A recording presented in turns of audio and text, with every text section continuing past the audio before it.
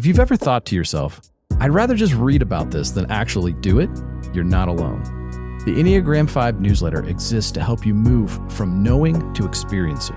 Every Saturday, you'll get insights designed to help fives grow without overwhelm. Sign up for free today at enneagram5.com/newsletter or visit the link in the description. Now on to the show.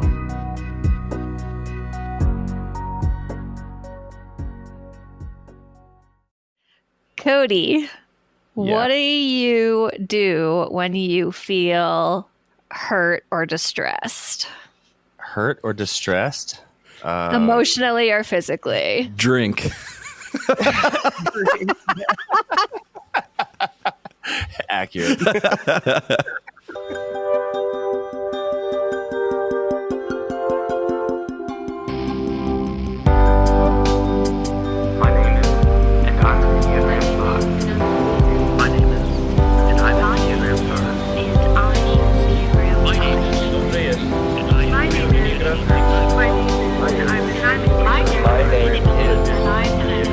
I'm an Enneagram Five. And I'm an Enneagram 5. All right. So my answer to that question is I would like binge watch TV or go down YouTube rabbit holes. Yep. To And just that's take my physical or emotional distress. Is it the same for both? Yeah. Yeah, pretty much. Great. Okay. So neither one of you mentioned anything about seeking help or talking to someone or getting comfort from a person who is human. Nope. And that is predictable. And that's what we're here to talk about, I guess. Because I am the same. Okay. Oh, okay. I don't know if I have strategies exactly, but like the unifying factor when I'm distressed is that I go as far away from everyone else as possible. Yeah, I have to actively fight against that when I'm feeling even remotely balanced or healthy in any way. Like if I get hurt in a place when I'm in a good place in life, then I have to consciously be like, don't shut down, don't shut down, don't shut down. Because I know it's not good. Like consciously, I can separate myself outside of myself and be like, don't do that, but yeah, sometimes it just happens. So we're talking about attachment styles, which I don't really know anything about other than like a 5-minute read before this conversation. Yeah. So why don't we from a therapy session? Why don't we start with what are attachment styles and we can go from there. Okay, so attachment theory is technically a theory, but at this point, there's been a good amount of empirical research on it. So it's generally accepted as fact at this point. Like, if you've been in therapy, probably your therapist has brought it up. So even though it's technically a theory, like it's generally accepted to be true. Based on the work of John Bowlby and then later Mary Ainsworth, there's 4, now more, depending who you ask, but there's 4 main attachment styles: secure, avoidant, anxious, and disorganized. And the way these got started in research is that Mary Ainsworth did a study with young children, like toddler age, and parents, and separated them and then brought them back together. And there was 3 reactions in her study that the children had to this. The first one for securely attached children was that they would be upset when their parents leave, and then when the parents came back, they would be easily comforted, and then they're happy.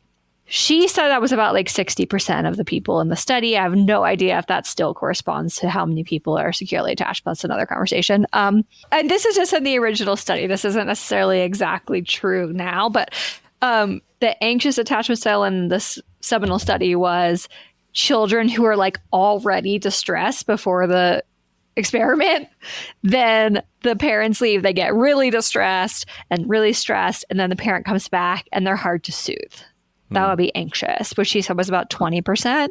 Then avoidant, which is definitely what we're here to talk about, in my opinion, was children who did not appear distressed upon separation from their caregivers and who avoided contact with them upon their return.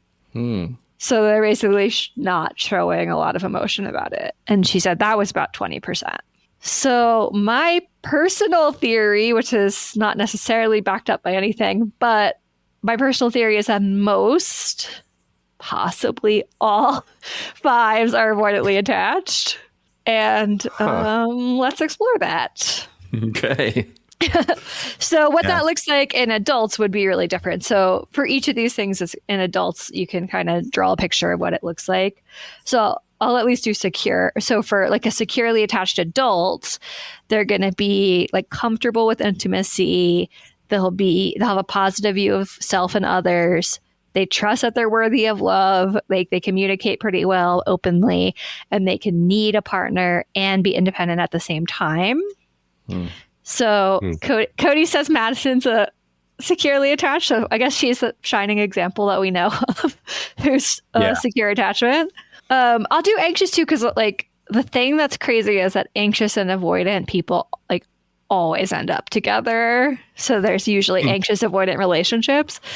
So anxiously attached adults, fear rejection and abandonment. They're what we would probably describe from our position as like needy. They need a lot of reassurance, but then once you give it to them, they don't necessarily even trust it. So it's kind of like, this hungry for reassurance thing that happens. They do take a lot of care of others, but they end up feeling resentful about it a lot of times. They're like desperate to be heard and validated, and they really fear abandonment. So that's anxiously attached adults. For what it's worth, I think that's where Madison was when I met her. So she moved from anxious to secure in her adult life. That's amazing. Yeah. And that's something else we can talk about is if you can change these. And then there's disorganized too, right? So I was going to do avoid it next. Disorganized is very hard to explain, but and it's less common. But avoid it is like we'd have a hard time knowing their feelings, or even if they have feelings. Closeness and intimacy can feel uncomfortable or mysterious. They're going to approach emotional problems with logic and reason. Not super skilled at conflict in relationship, and like can be really taken aback by the way conflict happens in relationships. And there's this perception that they don't need attachment at all. Like, I don't need anyone. I don't know anybody like that. Me either. Like that. Okay, well, we can easily talk about that. So what's disorganized? Yeah, so disorganized is to round it out. And this is definitely less common, but this is like the inner experience of the person's totally chaotic and confusing, and like they're confused. Arguably, they're kind of ping-ponging between anxious and avoidant. They'll like pull you in, push you away, pull you in, needy, avoidant kind of thing. They tend to have a negative self-image, and their behaviors are very unpredictable. Their relationship behaviors tend to be unpredictable. So that's typically people who have the most trauma or like complex PTSD and stuff will have disorganized attachment.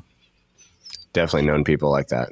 Yeah, it's really difficult to have a relationship with a disorganized attachment person. Yes, it is. Okay, so I'm really curious then, like, what is the thinking behind how much of this is nature versus nurture? Like, is it entirely dependent on like how you were raised and your relationship with your caregivers, or what's the thinking behind this? That is a great question. I have a sense of it, but I'm basically talking out of my ass because this isn't my area of expertise. I believe it's almost entirely nurture. Okay.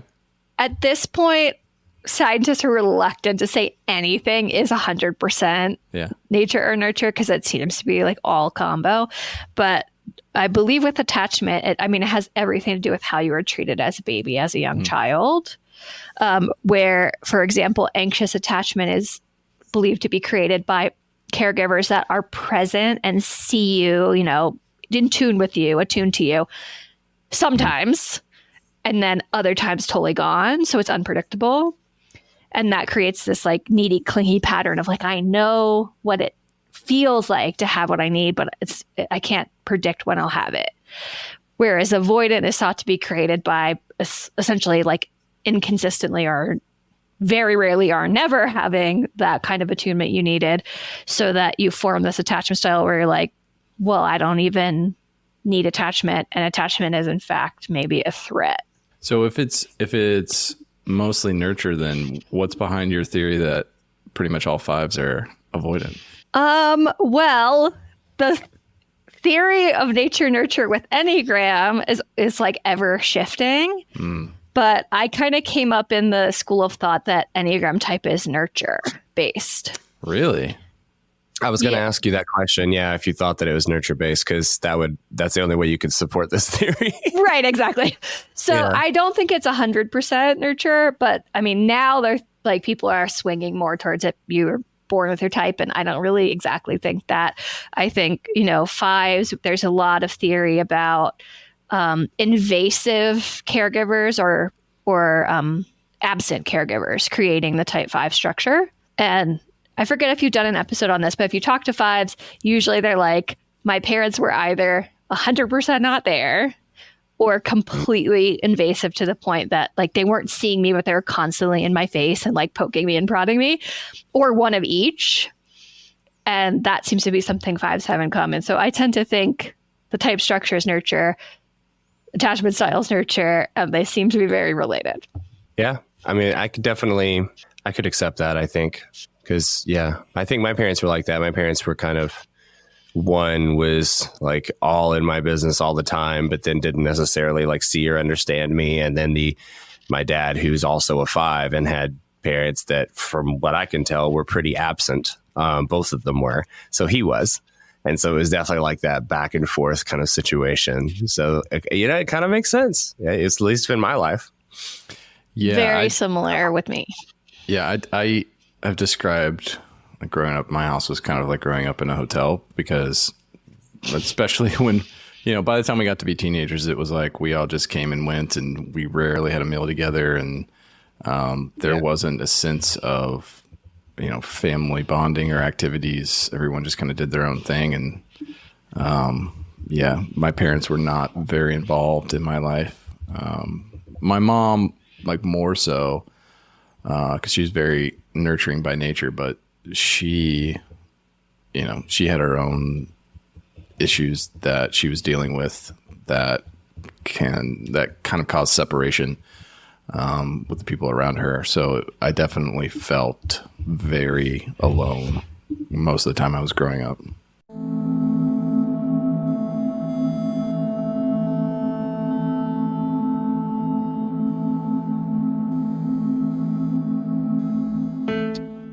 I have to admit, I'm mostly avoidant, dismissive.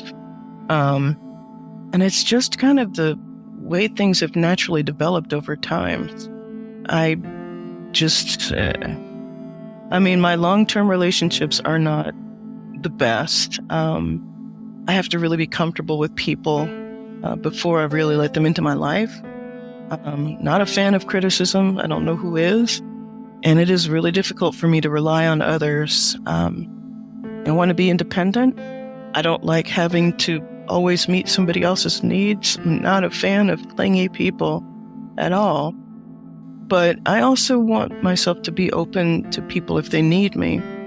But it has to be a known need, an actual need. I know some of that is because I want to protect myself from being hurt, from being vulnerable. I know that enough about myself. And in relationships, well, if it helps, I've never been married. I'm still single and I'm in my 50s. I've had a couple of serious relationships in my life, but not many. And at this point in my life, I'm kind of comfortable being by myself, but it is nice to have people to talk to. And have friendships that are good friendships. But I haven't really been enamored with really, really deep relationships. Not as much as I used to be. I like having people I can talk to the depths of me with, but I'm not comfortable with giving that to just anyone. So it would have to be a pretty special person for me to have a really deep relationship with.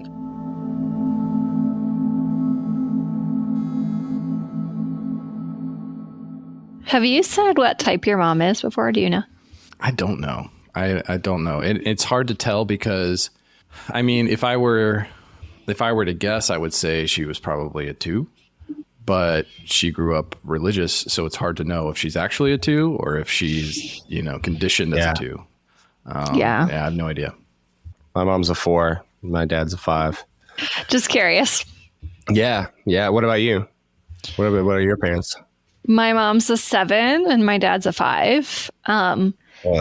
And my mom's an anxiously attached 7. So like all the buzziness of the 7, like the short attention span and the like kind of consuming thing that 7s have, but with a lot of like neediness involved with it. So like super into your business and all about it, but like for their need, not for yours. Exactly. Yes. You put it perfectly.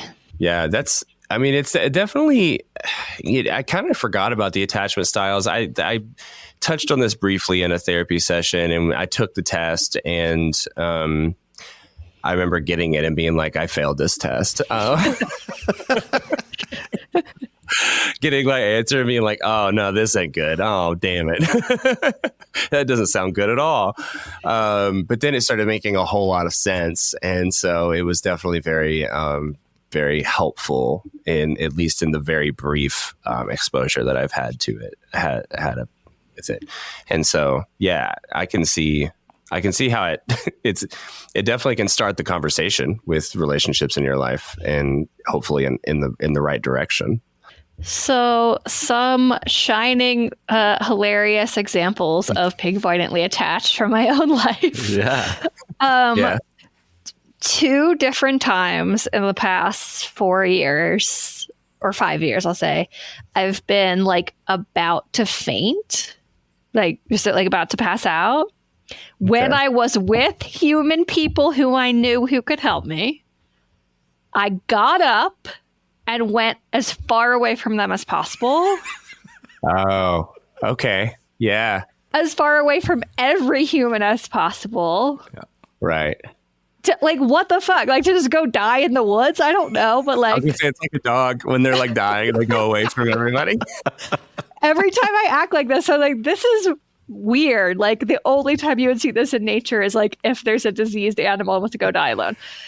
What was I thinking? But like literally one time, both times I didn't end up fainting, but the one time I was like at a restaurant, I kind of like slid down the wall in the hallway and a busboy found me.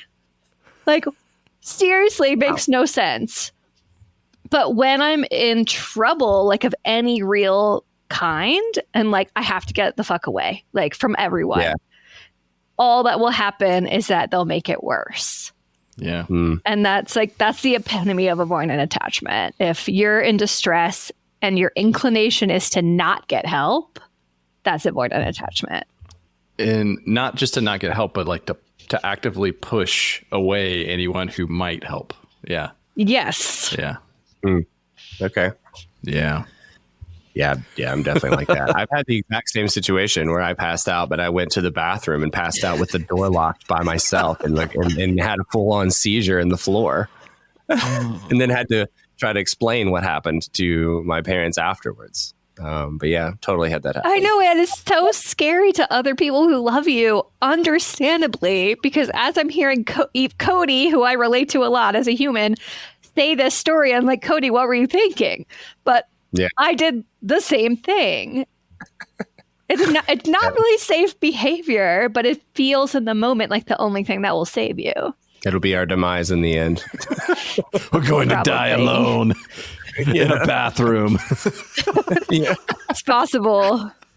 It's definitely possible. Yeah, man. Yeah, I'm trying to think.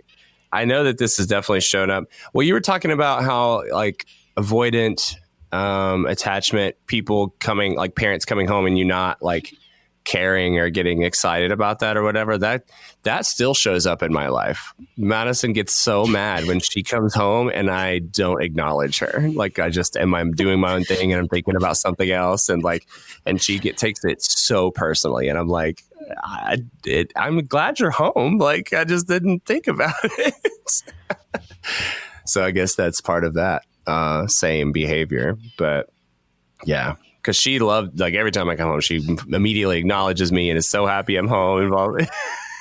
I used to describe Amy as like a puppy when I would get home, because she's just like so happy and excited, and I'm just like, what the fuck is happening? I just got off work. I'm super stressed. I'm like, can you give me a minute, please? Yep. Yeah. Yeah. I'm exactly the same way. Yeah. And it's weird too. Like, as we're talking through this, I can see how even with my kids, who are fairly close together in age, like there's only 2 years between the three, like each of them. And I think they have different attachment styles. How can you tell? Like, tell us more. Because when I am leaving, the oldest and the youngest, they hear the door open, or like they know that I'm leaving, and they'll run. And I think the youngest is really copying the oldest, because he's still pretty young. He's 3. And they will like, hey, I got to give you a hug, got to give you a kiss.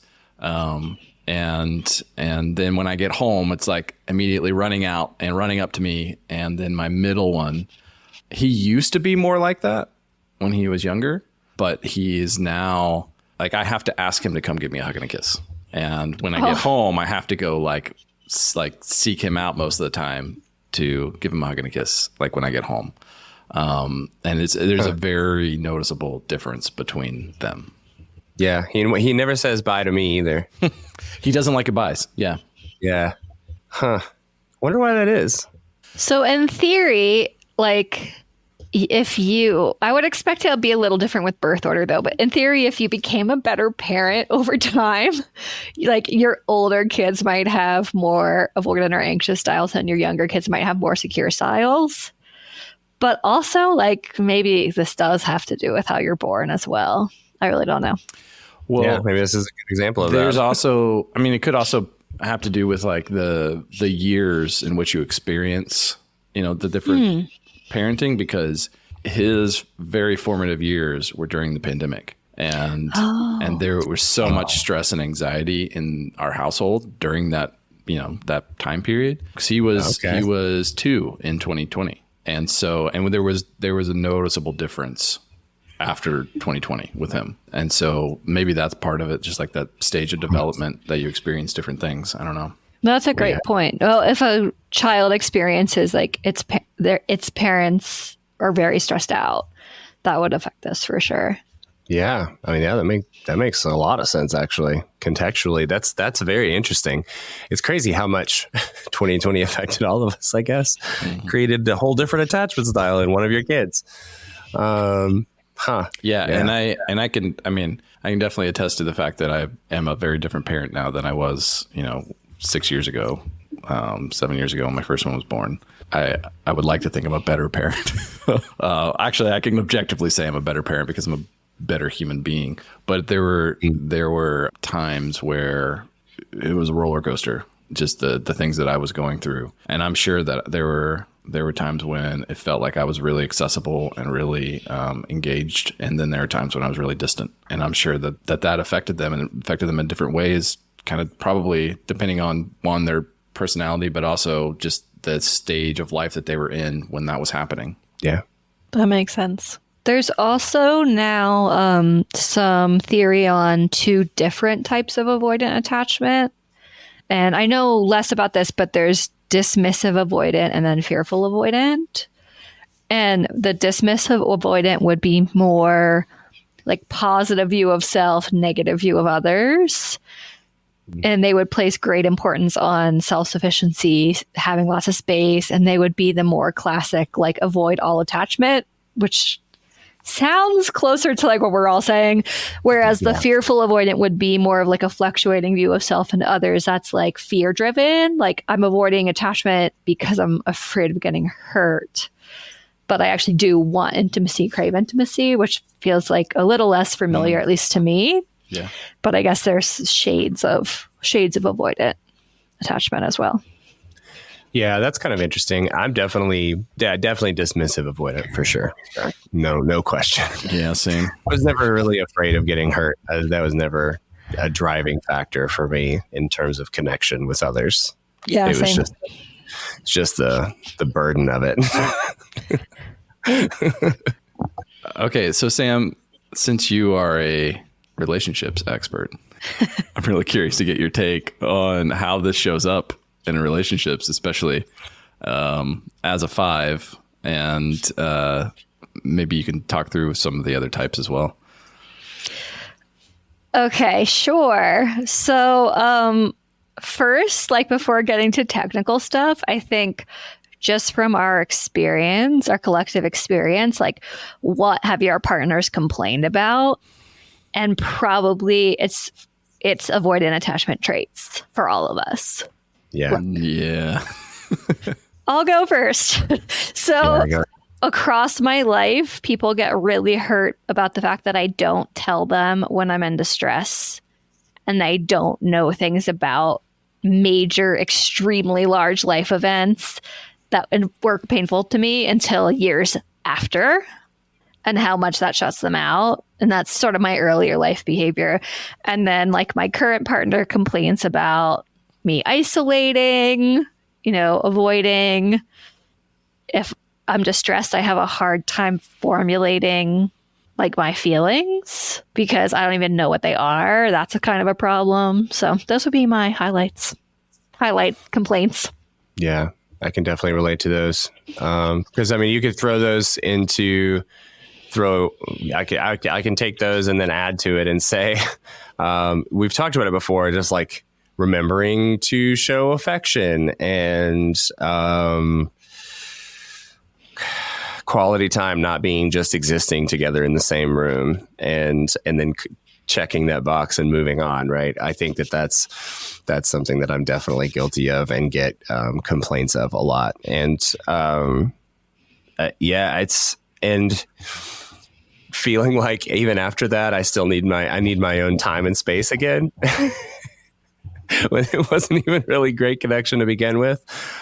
Sometimes I have to pull myself out of that a little bit, but that's definitely like biggest complaints as of late. I think has been things along that line, that and like I said, not getting excited when she comes home or even acknowledging that she came home. Yeah, I think for me, a lot of that same stuff too. When I'm upset, when I'm having a bad day, my first instinct is to like hold myself up somewhere and try to distract myself from it until I start feeling better. It is so hard for me to send Amy a text and be like, man, I had a bad day. I don't like that feeling. And it's gotten a lot better. Like I've started to make a habit of doing that sort of thing because I need to, and that's part of having a relationship and stuff. But on the other side too, because my default is that's also my expectation of others. And so I don't want to speak for Amy. I will say that because I don't know where she would fall now, but definitely earlier in our relationship, very much anxious attachment, and she would rely on me to help be emotional support, and it felt like a burden because my expectation was like, you should go off on your own and handle that yourself because that's what I do. Why are you asking me for this? And at my core, like that's not really how I felt, but that's my sort of like initial response or my reaction, which then makes her feel like she's a burden, which is not a good place to be. So I can definitely see how this has shown up and negatively affected our relationship in a lot of ways in the past, especially. That's still a huge problem for me. Like when someone is acting what I perceive to be whiny, I'm like, it's an extremely large turnoff in terms of me wanting to help them. And I'm actively working on this because it's not cool. Like it's not fair. But the the idea is like, I never burdened anyone with my needs for my entire existence. So why do I deserve to have to like output a bunch of energy to help people who are burdening me with their needs? Yeah. This topic has actually already shown up in another episode that Josiah and I've had, where I was talking about when somebody continually does the same thing and then wants to come and complain to me about it, even though like they've been presented with the solution. And I'm just like, I want to write them off as people. And I'm like, what the hell? You think you're bad at living right now? Like, you had solutions and you didn't do it. I don't want to hear your sob story anymore. I'm done with this. And I'm so guilty of just like being done with it. I just don't want to hear about it anymore. You hate your job. Everything about it sucks. It stresses you out. And yet you won't find a new one because, this is what I wanted to do. It's just so hard here. I'm like, well, okay, then you deserve this bad job that's driving you insane. Empathy problems. Oh yeah, I for have sure. Definitely been guilty of that sort of thing, where it's like there have been people in my life that make really terrible relationship decisions. And I would tell them, I'm not talking about you specifically, Cody, in this. The fact that he says that, I feel like, is telling. Why did he say that he's not talking about you? Because I wasn't even thinking it was me. Because I just gave a best man speech at his wedding where I roasted him, and I started with how terrible relationship decisions he's made. I see. But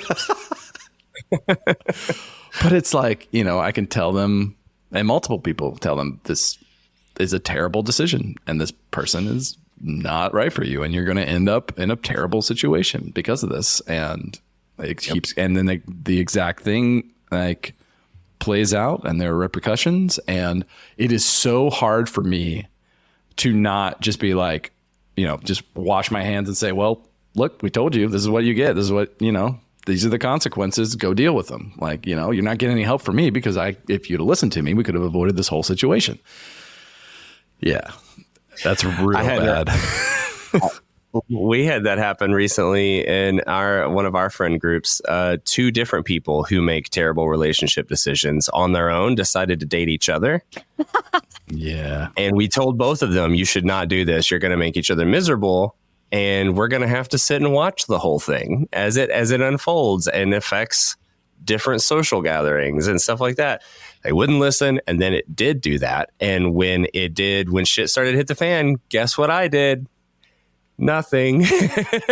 Didn't want to hear about it. Didn't want to be around it. Like, basically wrote them off and was like, until you guys figure your shit out, I'm not hanging out with you at all. Because I told you this was going to happen. Hey, it's Josiah. Just want to take a quick break from this episode to remind you about our upcoming online workshop with Sam. Let me tell you, this is not your average workshop. It's a focused deep dive into building stronger connections across all Enneagram types, with practical insights and strategies tailored specifically for fives. Whether you're aiming to enhance your current relationships or forge new ones, this workshop is your ticket to deeper, more meaningful connection. Spaces are filling up fast, so don't miss out. Visit Enneagram5.com/connection to join us and start transforming your relationships today. Once again, go to Enneagram5.com/connection or visit the link in the description. Now back to the episode. So we're all relating really hard right now. I love the camaraderie, but also this is not healthy behavior from us. It's really not. No, definitely not. No, I can acknowledge that for sure. I forget that because I really want to feel seen. And there's not a lot of people that I know who are like this. But yeah. I think if we were less avoidantly attached ourselves, we would be less inclined to be like, go figure your fucking shit out in a corner. Go faint in a corner like we do. Like, it's not cool. So, Sam, earlier you mentioned that anxious and avoidant types often find each other. Why is that? Yes. It seems to be like the most common pairing of attachment styles, which is really interesting. I think the reason is like the anxious people feel like incapable or lost, or they need like something stable. To them, avoidant attachment people appear really stable. Because like the independence, like they're the appearance of independence, maybe. Yeah, like we aren't having these big mood swings. We aren't seeming like we have these needy, clingy like issues. When you're not in a relationship with us, we seem really put together. It's true. Yeah. Totally. Oh my God. Can we make a t-shirt that says that? Can that be like the group t-shirt? Until you're in an intimate relationship, we seem really put together. But we're not. So that's, I think, why anxious is drawn to avoidant, the kind of like pseudo stability thing. And then the avoidant folks, we can get like a little bit enamored with the anxious person's emotional expressiveness, their kind of seeming depth, their ability to express themselves. Like we lack that. And it seems really exciting. It seems like something we would want to learn. So I think we can get attracted to that. And then it's a little bit of a bait and switch thing because avoidant people are not actually stable. We're just avoidant. The breakdown is happening behind the wall, so you don't see it, but we're not stable. It's pseudo-stability. And then for us, like if we're attracted to an anxious person, the bait and switch is like, they're not necessarily emotionally expressive and deep. It's like pseudo depth. Like it's their neediness, what you could call like the hungry ghost that they have, this like desire for something that's never enough. That's what's making it look like they have all this emotional expressiveness. And in fact, it's just anxiety. So then you get your anxious avoidant relationships, which can have, you know, the negative cycles of reinforcing each other kind of thing. Like if you imagine what Cody was saying about Madison's like, why don't you acknowledge my existence? Like you would have the anxious person being like, hey, like, why aren't you treating me like I'm important? And the avoidant person would be like, I do treat you like you're important. And then the anxious person's like, no, you need to do X, Y, and Z. And the avoidant person's like, you're asking too much. And it goes around and around forever. That's kind of what you can get stuck in those relationships and at their worst. Yeah. You just described like the first half of my marriage. Yeah. Yeah. Yeah. And a lot of my teenage relationships for sure, like early 20s and like beginning of adulthood. Yeah. A lot of relationships in that part of my life was basically that. Oh, yeah. It was so bad. Because we just literally it is a constant cycle. There's no way out of it.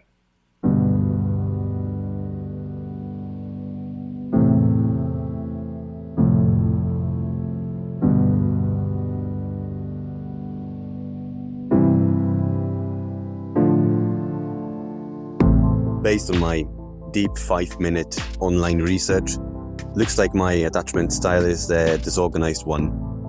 When single, it looks more like the anxious one. I crave a connection, a bond, to have someone next to me. When in a relationship though, it switches to the avoidant one. I feel like the bond itself is enough. I don't take care of it, have problems with the trust, don't share my feelings, stay closed, which usually is detrimental for the relationship. As a 5, I highly resonate with a few points from the description of the disorganized attachment style too. Things like having difficulties with opening up to their loved ones, reporting that they don't feel anything or have emotions, experiencing difficulties with trusting others with their feelings, deciding not to show outward expressions of emotions. All that sounds quite 5ish in my opinion.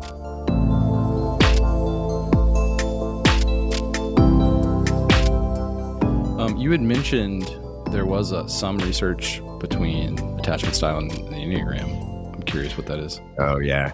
Yeah, I forgot to mention that at the beginning because we are here just speculating, but there is one study that was performed on the overlap between the Enneagram and attachment theory. And it's not like so earth-shattering. They didn't map every single type to every single attachment style or anything. But what they did was they hypothesized that there's more avoidant Enneagram types and less avoidant. And the ones they found, they hypothesized are more avoidant is 5, 6, 7, 8, and 9. And then less avoidant was the other ones. And they did find support for that. And then they also hypothesized there's types that are higher in anxiety, so like closer to anxious, which would be 2, 4, 6, and also 9. Interesting. 9's both, I guess. So 9 is all things to all people. It's true. I was going to say that 9 is whatever that you want them to be. Universal mirror. Yeah. So basically, it's like really preliminary stuff, and this is an older study from 2010, but they found initial support for the idea that types would exhibit attachment style, like same attachment style within everyone of the same type. And then I would think that people would have followed up on that research and done more, but no one has. Yeah, that's really interesting. And yeah, you would think more people would study it simply because the Enneagram is so much more popular now and so much more part of just like culture and a lot of, and even maybe even like more mainstream pop culture. It's kind of bled into that with all the Instagram accounts and everything. Like it's so many memes and people getting into it. I would think that there would be a lot more. Attachment style is really blown up too. Like there's a lot of by the way, I took a lot of this information from the Secure Relationship Instagram account, which is really good if you want to follow that. So I'm surprised too. Total separate soapbox, but the amount of research on the Enneagram is like shocking how little there is. And compared to a whole bunch of these other concepts like attachment style, which has a lot more. And I think it's because people are just intimidated to do it with a concept that's a little bit squishy, like it's a little amorphous. It's hard to pin down scientifically. A little too fluid. Yeah. Yeah. Okay. Well, that is really interesting. I mean, I don't know if different personality types, obviously it doesn't have to be like a blanket statement, but it is. I don't know if I've ever known a 5 who didn't have an avoidant attachment of some sort. Like when I really think about it, it's like, it's almost like there's a Venn diagram of the defining characteristics of a 5 and avoidant attachment that it's there in the middle. Like it's just that list. So, exactly. So if we sort of follow that line of thinking, then if everyone was a good parent, 5s wouldn't exist. Yes. I had that thought earlier and I almost said it. I was thinking if it's really all like nurture, then 5s are the byproduct of bad parenting. But actually, so we're a lot of types. Like I haven't really met many 4s who aren't anxiously attached. There's some who are avoidant. So I don't know. But I think it's like bad parenting has created a lot of these things. Well, and it's weird too, because like 6s, Madison's a 6 and I've known a lot of 6s and they're all pretty much the same in terms of like, I hate to like lean on stereotypes with different personality types, but with 6s, they tend to just be more anxious and especially in less,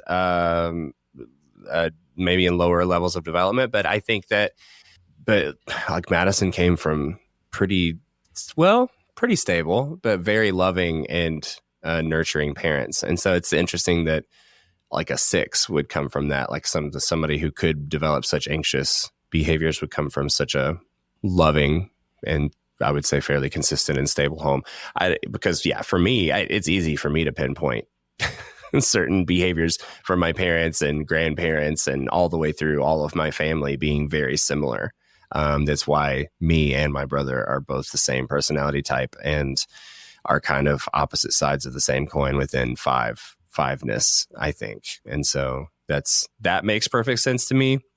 I mean, I think the 5s, I think actually, for now, at least I believe that statement. 5s are a byproduct of bad parenting.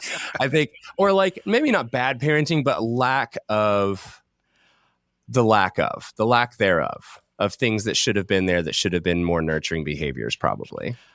I tend to think, and I guess this is a little controversial here, like I lean more towards nature being a more heavily influenced for the Enneagram than nurture personally. How do you think that plays out though. Like, if we're just talking about like attachment styles, like we talked about, like I look at my family and like I'm one of 5 and we had the same parents and different phases, but like they were pretty consistent for most of us. And we have very different personalities across that spectrum. And I know that birth order is affecting that. I know that like, different things, even different time periods, like what you experience. Yeah. And so it's really hard to say, but I don't know. I tend to lean a little more esoteric in some of my thoughts on the Enneagram anyway. So we can get into that another time. I feel like fun. attachment style, though, I feel like you and your siblings, just from the little, I know I've known your siblings for in different capacities throughout the years since I've known you, but like in little bits and pieces, I could see similar attachment styles between all of you, though. Mm-hmm. No, you don't think so? Except for maybe like the youngest of your siblings. No, we definitely have a mixture of anxious and avoidant. Yeah, that makes sense. Yeah. I think anxious and avoidant can come out of the same household, right? Sam, would you say that? Like, but what I'm saying is like it's not like a progression. I don't want to call out my siblings on this. Yeah, no, we're talking about family dynamics, right? Like it's just a general thing. No personality is the same, like in any way. No brain is the same. So you're not going to perceive it. 2 different people would perceive the same situation differently. So like there's that at play. Which is why I think it's more of it sort of starts with a foundation of nature, and then your nature helps influence how you respond to things. 2 things, or possibly 3 things. Sam's about to like give me a smackdown. No, not at all. No, I'm really incorporating your perspective, actually. 1 is it would be more rare to find secure and insecure attachment in the same family. Yeah.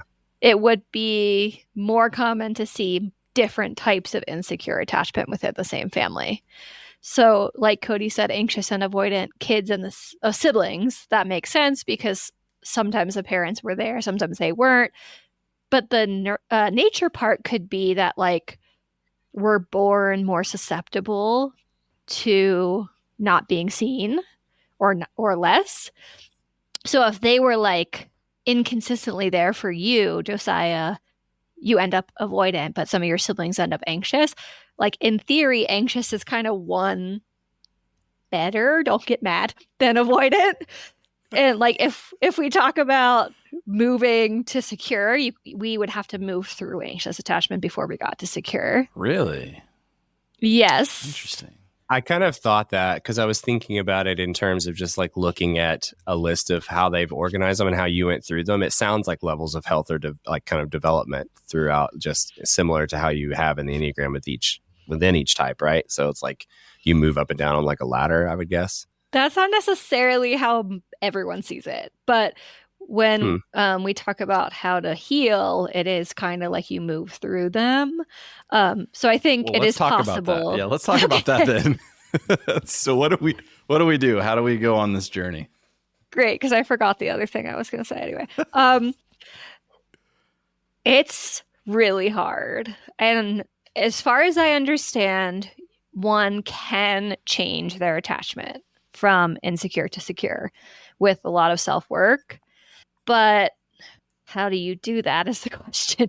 So for an avoidant person, it would be a lot about letting your guard down and kind of like exposure therapy, where, for example, we would make ourselves tell someone when we're in distress in the moment, or work up to it. Tell them 5 minutes after instead of a year after. Then, like an accountability partner. Yeah. Then work up to being able to tell someone in the moment and let them help you. That's probably the biggest thing. And what you'll find, though, and this is what I think stalls a lot of people's progress, is as you do that, you become more anxious and you start to feel these feelings that the anxious attachment people feel, which is like, oh God, I finally formed an attachment. What if it goes away? Oh, fuck. It's horrible. Yeah, I get that for sure. Yeah, definitely. I mean, it's like intolerable, basically. And then you have to sit through all of that pain and then work your way all the way through anxious attachment before you can maybe get to secure. And you can probably tell from how I'm talking that I'm only like towards the beginning of this process because I can't even describe the rest of it. I definitely personally worked a lot to get from totally avoidant to on the edge of anxious. Anxious avoidant. And even that only with, you know, my husband, not with everyone, not with friends, like with one person. Right. So it's really hard, and it's like really incremental, and it's all this like doing stuff you don't want to do. You can kind of look inward and be like, is this the opposite of what I want to do? Then I should do it. And that's very, very hard to motivate. Yeah. I say accountability partner a minute ago because like, I always hated that term and never wanted, I never, especially when I was in religious circles, like anything remotely accountability, I was like, no, fuck that. Like that's, nobody gets it within my walls like that. Like where it's like a dutiful thing. And because then it just feels like they're judging you. Right. And like, that doesn't necessarily mean that has to be that way. I was thinking about like a positive way that type of relationship could look is like, finding somebody who understands that when you do tell them something about your feelings, or as a 5, you know, I'm just thinking about it like if I were to have somebody that I was like designating to try to practice this behavior and say, okay, whenever I'm having a bad day or I'm feeling really stressed out or just literally anything, I'm going to tell you this. And I need you to just be like, thank you for telling me. And move on just for at least the first little bit. Right. Yeah. Like I'm not going to want them to tell me how to fix it. I don't want them to like get involved. I just need them to be that sounding board at first so they can receive the information and acknowledge that they received it and that they were thankful for it and then move on so that I start like rewiring my brain to be a positive experience. I feel like that may be the easiest way for me to start doing something like that for sure. I saved a post from the Secure Relationship that says 4 tips to help your avoidant partner feel safe. And the first one is exactly what you just said. It says, meet them where they are. Nobody goes from being emotionally in touch with themselves and their partner overnight. So if your partner says something like, I feel sad, you might not be used to them talking about feelings at all. Just say, I really appreciate you letting me know. And it helps me feel connected to you. Like, don't push it. You don't like try to go into it. Just thank them. So I feel like that really reflects what you're saying. Yeah. So for all the people that may listen to this podcast who aren't 5s, this is for you. Yeah. I mean, Amy has done that at different times, and I always really appreciate that because then I feel like it's safe to continue to do that in the future. Where I can let someone in. I can sort of control the amount that I let them in, or have more control over the amount that I let them in, because that is part of the fear is that if I open up a little bit, then I have to open up more than I'm ready. It's got to be like a floodgate. Yeah. And so then I just don't want to open up at all.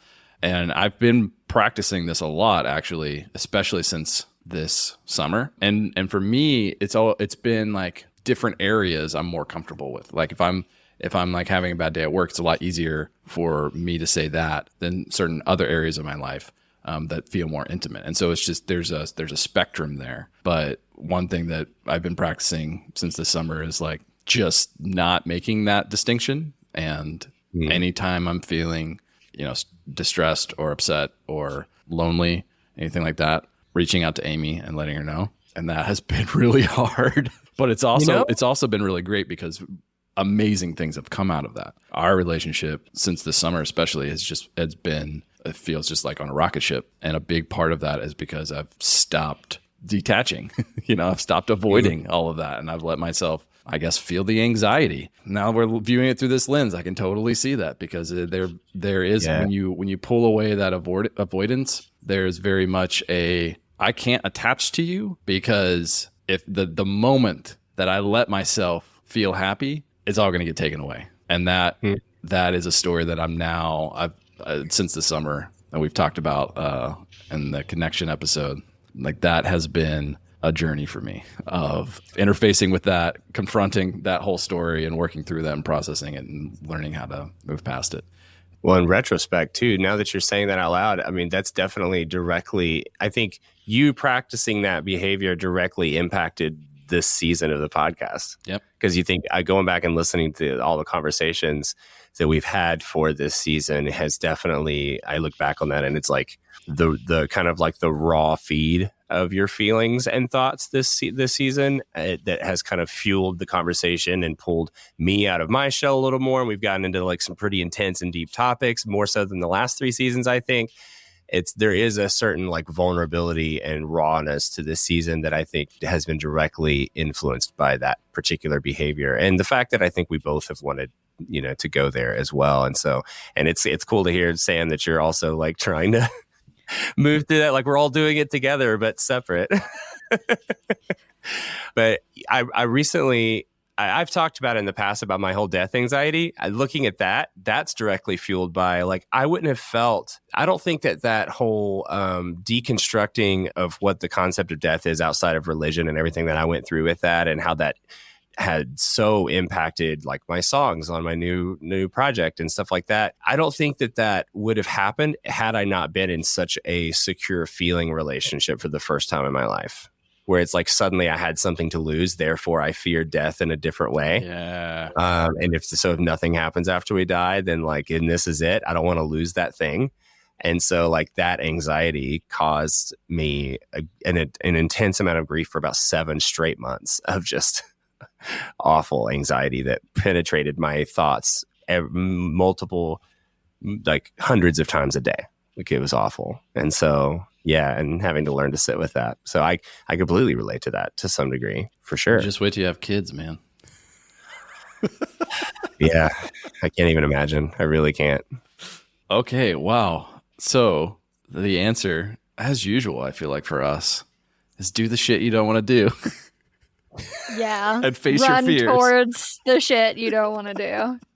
Run into the burning building. It does feel like you're gonna die if you do it. I mean, these are adaptations that we have for a reason that helped us survive at some point. And at least for me, and this stuff comes up a lot with my kids where like something's kind of going wrong and people are looking, I feel very unsafe, which is not good. Like as a parent, like if my kid like busted his mouth open and he was bleeding everywhere and there's like people around and I basically told him to go away, like that's not good for him. Like he's not getting the most help if I do that. That's a real story, by the way. So like when that happens, like I feel like I will die if people are near me. And like I just have to get over it and do it anyway. Yeah. Right. Yeah. We don't have to start by running into the burning building, though. Like that's the good thing. I think the first step is awareness, right? Mm-hmm. Which is why I'm really glad that we've had this conversation.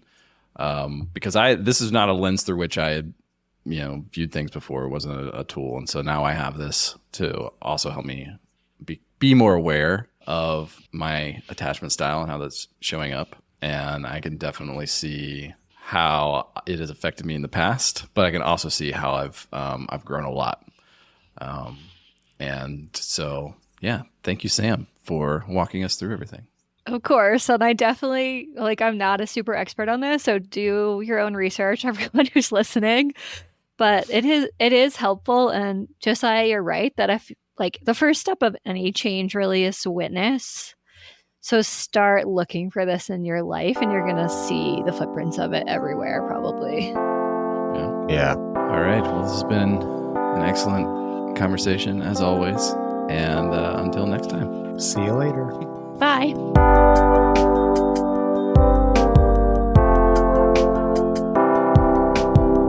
Hey, it's Josiah, and I wanted to say thank you for listening to this episode. If you enjoyed this episode and you're the type of person who likes helping others, would you do us a favor and share it with other people like you? If you found value in this conversation, they will too.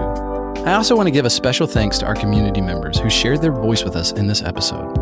If anything in this conversation has resonated with you, or if you have any further thoughts or questions, I want to invite you to join our community of other people like you and continue the conversation at Enneagram5.com.